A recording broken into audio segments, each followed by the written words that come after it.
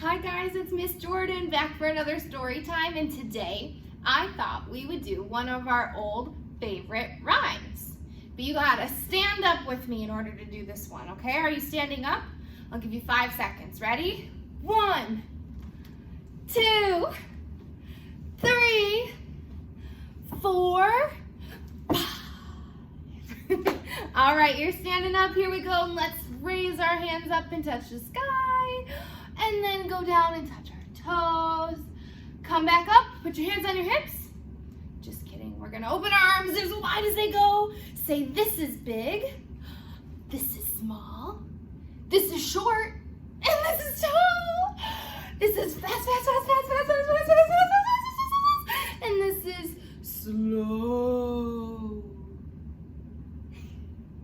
This is yes, and this is no. Good job. You guys remember that one? Should we do it one more time? Here we go. Ready? This is big. This is small. This is short. And this is tall. This is fast, fast, fast, fast, fast, fast, fast. And this is slow. This is yes. And this is no. Good job. Right, so we've shaken our sillies out. We shook them all out. We did this is big. This is small. This is short. This is tall. We did it all, you guys. So that means the next thing we have to do is read our book. And that's why we came here, right? We came here to read and have some fun. And today we're reading a super fun book. It's all about zombies. I know zombies can seem kind of scary, but I promise this book is really silly. And it's pretty goofy. And it's actually about zombies' favorite foods. Do you guys know what zombies' favorite food is? A lot of people think that zombies like to eat only brains. But the main character in this book, his name is Reginald, and he likes to eat something else. Let's find out what it is. The book is called Peanut Butter and Brains, and it was written by Joe McGee, and the pictures are by Charles Santoso. Let's get started, you guys.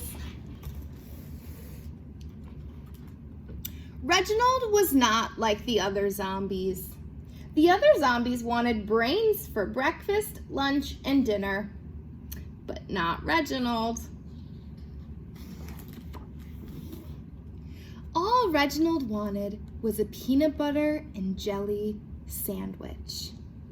Brains, moaned the zombie horde, shuffling through the streets of Quirkville. Wherever the zombies went, people ran, screaming in fear. Nobody wanted their brains eaten, not for breakfast, not for lunch, not even for dinner. Reginald didn't shuffle with them. His stomach rumbled and growled, and all he could do was dream about peanut butter and jelly sandwiches. Sweet jelly, moaned Reginald. Sticky peanut butter. No brains? The other zombies asked. No brains, said Reginald. Peanut butter and jelly. The other zombies shook their heads. If you've tried peanut butter and jelly, said Reginald, you'd never want brains again. But the zombies just shambled off. Reginald went to the corner cafe and tried to order a sandwich. But the man behind the counter shook his head and pointed to a sign. No zombies allowed.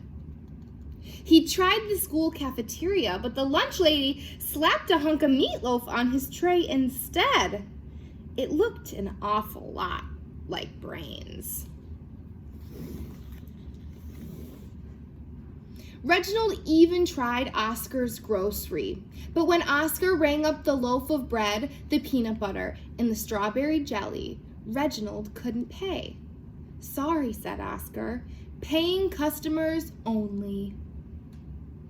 Reginald left the store and his groceries behind. Across the street stood little Abigail Zink, the smartest squirrel in Quirkville. She carried a lunch bag in her hand. Reginald recognized the familiar jelly stain that was seeping through the paper bag. Peanut butter! and jelly, he moaned. The zombie horde shuffled and shambled around the corner. Brains, they moaned, licking their lips at the sight of little Abigail Zink. The townspeople froze in their tracks, including the mayor and his prancing poodle. Suddenly, little Abigail Zink dropped the bag holding her peanut butter and jelly sandwich. Reginald lurched forward and seized it. He raised the jelly-stained bag to his lips. He could practically taste the delicious sticky peanut butter and sweet strawberry jelly. Little Abigail Zink let out a shriek. The mayor's poodle yipped and yapped, and the townspeople all screamed, "Ah!"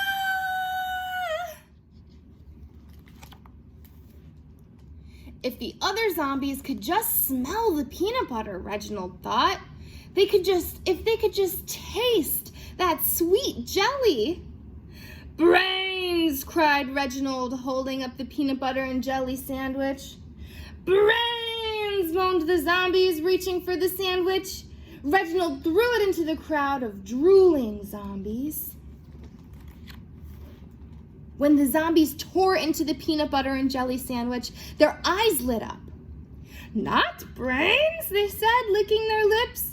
Yummy, better than brains. The zombies rubbed their bellies and the townspeople smiled.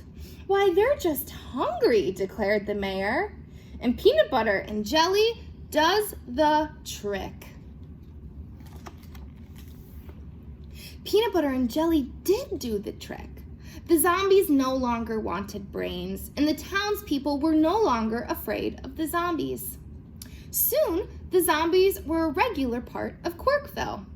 They were happy to help and even happier to be paid in peanut butter and jelly sandwiches.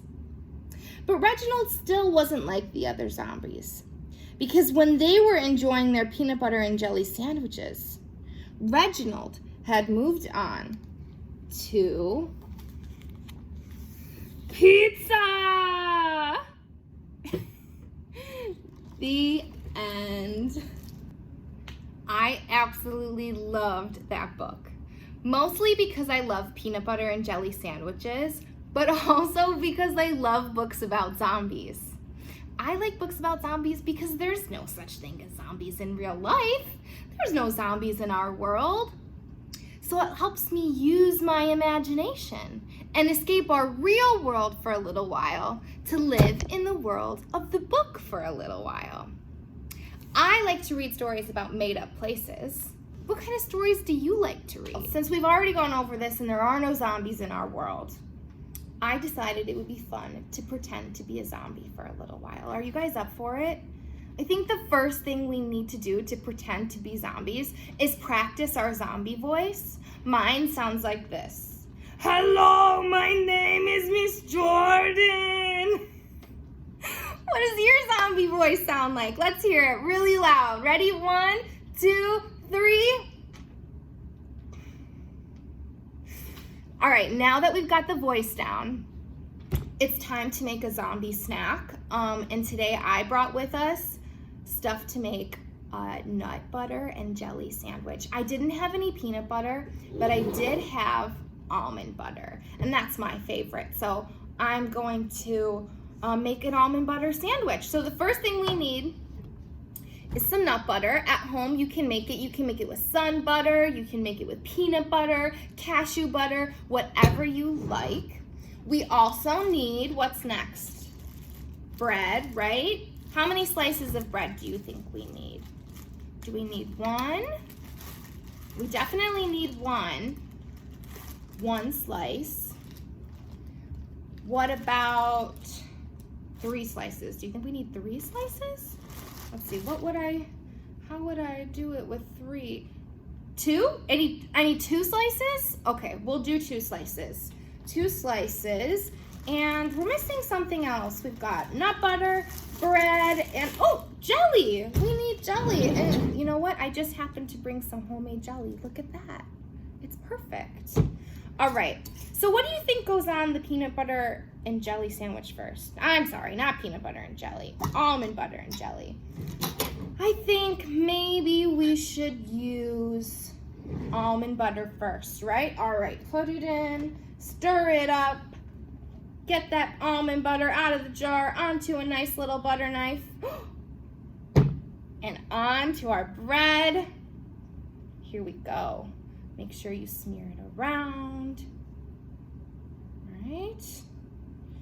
All right, we got, make sure you put a lot on, because if you only put a little, you won't taste it, right? And then our jelly. Should we put the jelly on the same slice of bread or on the other slice of bread? What do you think? The other slice? Okay, I'll put it on the other slice. That's a good idea. All right, here we go. I think I'm gonna do 2 scoops of strawberry jelly. All right, and we're gonna spread it around. Make sure you get lots on.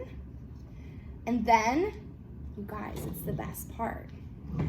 We put them together. Ready? 1, 2, 3. We have zombie food, you guys. Should I take a bite? All right, I'm gonna go eat this. You guys make your own at home. Have fun being zombies today. I'll see you next time. Bye, guys.